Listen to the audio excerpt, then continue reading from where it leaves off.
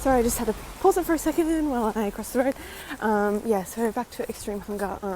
This is completely normal and healthy, and you should definitely follow it. So that's another element of the Minnie Maud method.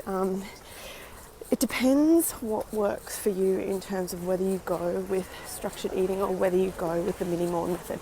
Because some people don't think, shouldn't you, like, basically the Minnie Maud says you should every day, at least 2,500 to 3,000 calories, which, for some people, that's just not possible. That's quite a lot of food, especially if you've come from a background of restriction. It's quite overwhelming in terms of how much food that is. So the other option is this structured eating, which is, you eat 3 meals, 3 snacks, no more than 3 hours apart every day. So there's good and bads to both. The problem with structured eating is if you're hungry all the time, that might not help you, because you will be plagued by this extreme hunger and won't really know how to deal with it.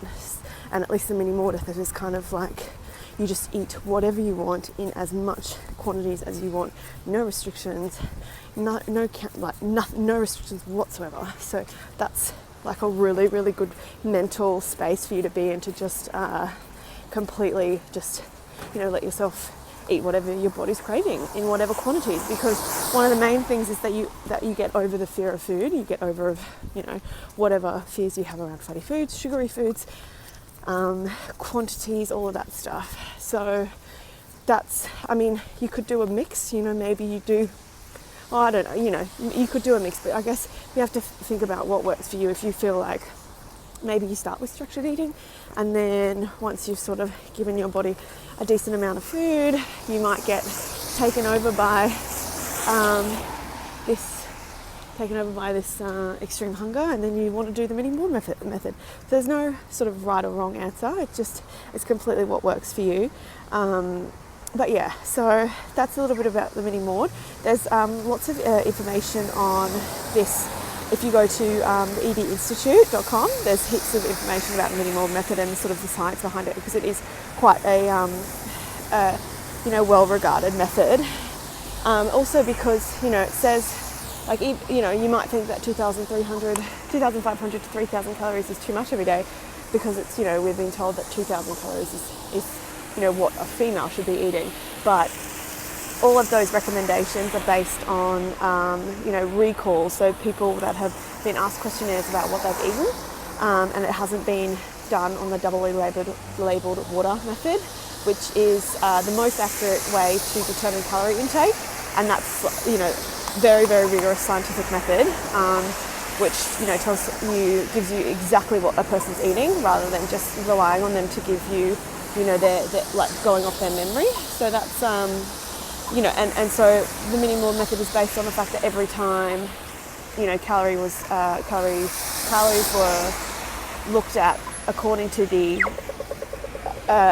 doubly labelled water method, then calories are way more than 2,000 anyway. So that's another reason why that's recommended. And if you're going from severe restriction, so say you're really, really cutting calories, so below 1,000, below 800, which is just too low. My God, it's so low. It's just not enough at all. You might find that structured eating is like just not going to do it for you. You need to increase your calorie intake to sort of 2,500. But if you're sort of just suffering from, if you're going through bulimia and you're just sort of restricting a little bit and binge purging, there's definitely an emotional element behind that, which I'll also talk on in another video. But it might just be that you need some structure around meal times and snacks, and so that that structured eating might be the best option for you in the first stages. Okay, so that's all for now.